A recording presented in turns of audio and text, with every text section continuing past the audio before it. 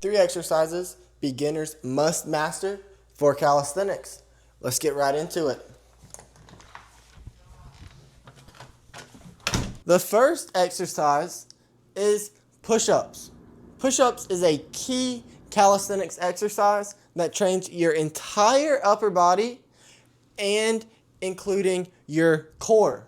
So push-ups is a great exercise to master if you are wanting to take calisthenics seriously or if you just want to lose weight, because push-ups, if you can do like 10 push-ups, then you already have a great amount of strength, and which the amount of strength that the average person doesn't have. And also push-ups train relative to your body weight. So if you weigh 300 pounds, then you will be pushing more weight than, say, someone who's weighing 150 pounds, because it is relative to your body weight and your body mass. And it's about like 65% of your total body weight that you are pushing in a full push-up. So that just says if you weigh 300 pounds, you're pushing a lot more than if someone's weighing 150 pounds. So if you weigh more than someone and you can do a push-up, then that means you have more strength than that person in a push-up if you cut down to that 150 mark. But if you can't get a push-up or you don't know how to do a push-up yet, then I recommend checking out this video right here, my 5 steps to your first push-up. It will also be linked down in the description, so go check that out. Show that video some love. And yeah, and once you master push-ups and you get like 30 plus reps, then you can start moving on to harder variations, such as clapping push-ups, elevated push-ups, or even pseudo planche push-ups, which will help you train for the pushing part of a planche. But yep, that is the first exercise. And the second exercise is pull-ups. Pull-ups is yet another key calisthenics exercise for beginners, because pull-ups train your entire back, your biceps, your forearms, and even your core for body stability. So if you are wanting to take calisthenics seriously, then you have to master pull-ups because of the 2 back static skills, such as the front lever and the back lever. And both of those skills require immense back strength, so mastering the pull-ups is your first stop there. But if you just want to lose weight or build a little back muscle, then pull-ups is your one-stop shop there, especially if you don't have a lot of time. Pull-ups can build you a crazy back just with themselves. But if you want to learn how to do a pull-up, then leave a comment in the comments asking me to make a video on leading you to your first pull-up. So go do that, because I know half of y'all probably can't do a pull-up. So go do that.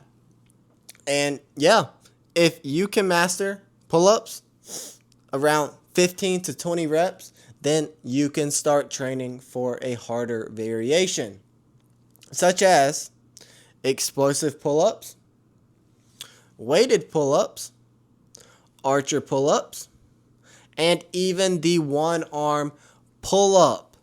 But since you can't get straight to the one-arm pull-up, you got to do those first couple variations first. But there are also many more variations of pull-ups you can do. So you can go research that, or you can just leave a comment down in the description asking me how many pull-up variations there are and name a couple.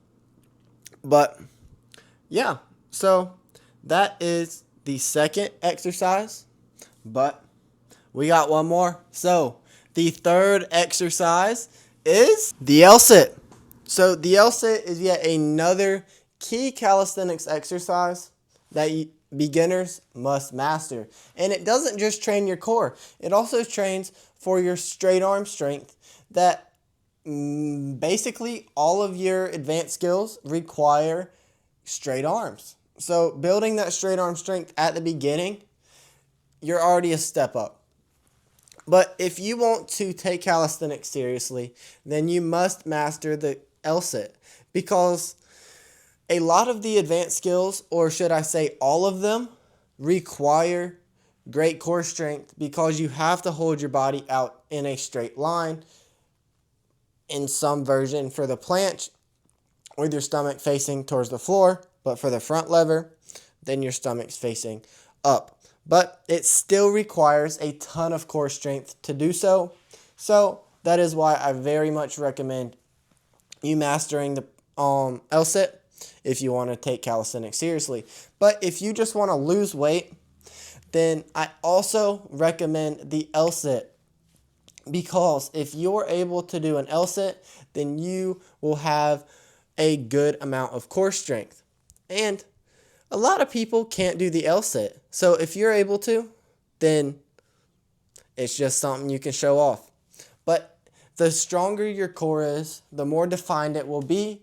And the more defined it is, the greater amount of fat it will show through. So if you train your core, then your core can show through a higher body fat percentage than if someone who never trains core in their life, because it's more defined. And it's just like a regular muscle, it can grow. So the more you train it, the more defined it'll be, the bigger it will be. Not width-wise or height-wise, it'll just be more defined by me saying growing. But yeah, if y'all want to learn the L-sit and y'all can't already do the L-sit, then check out my L-sit video right here, and it will also be linked down in the description. But if you can master the L-sit and get it to 15 to 20 seconds, or no, 15 plus seconds, then you can start training for more advanced skills, such as the hanging L-sit, the ring L-sit, or even the V-sit, which will increase your core strength crazily. But I very much recommend training the L-sit, because just having a normal L-sit, your core will be strong and you can do it anywhere. But that is the third exercise. So let's go over a summary of all these 3 exercises. So the first exercise that we learned was the push-up. And we learned that the push-up is the key pushing strength exercise for calisthenics. And in order to master it, you have to get your push-ups to a rep range of 30 plus. And once you do that, then you can start training for harder variations. And the second exercise is pull-ups. And we learned that pull-ups is the key pulling strength exercise for calisthenics. And it doesn't matter if you're a beginner or not. Pull-ups is just a great exercise, especially after you master them, getting it to a 15 plus rep range, then you can start training for harder variations.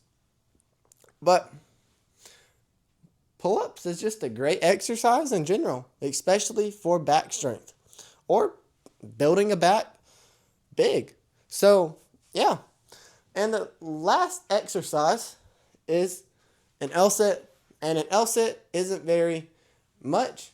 It's just, if you master it, you get it to 15 plus seconds, and then you can train it, and then you can move on to training for harder variations, or even the V-sit, which is extremely hard and will take a lot of time. So if you choose that route, stick with it, because you will get it at some time. But yeah, I really appreciate y'all for watching this far into the video, and it really helps me out. And if you want to continue helping me out, or if you just like this video and like the content, then please smash that subscribe button, because I am trying to get to 1,000 subscribers. But any further ado, if you want to learn your first push-up, then watch this video right here. And if you want to learn how to master the L-sit with the exact workout I used, then check out this video right here. And I will catch y'all in the next one. God bless you.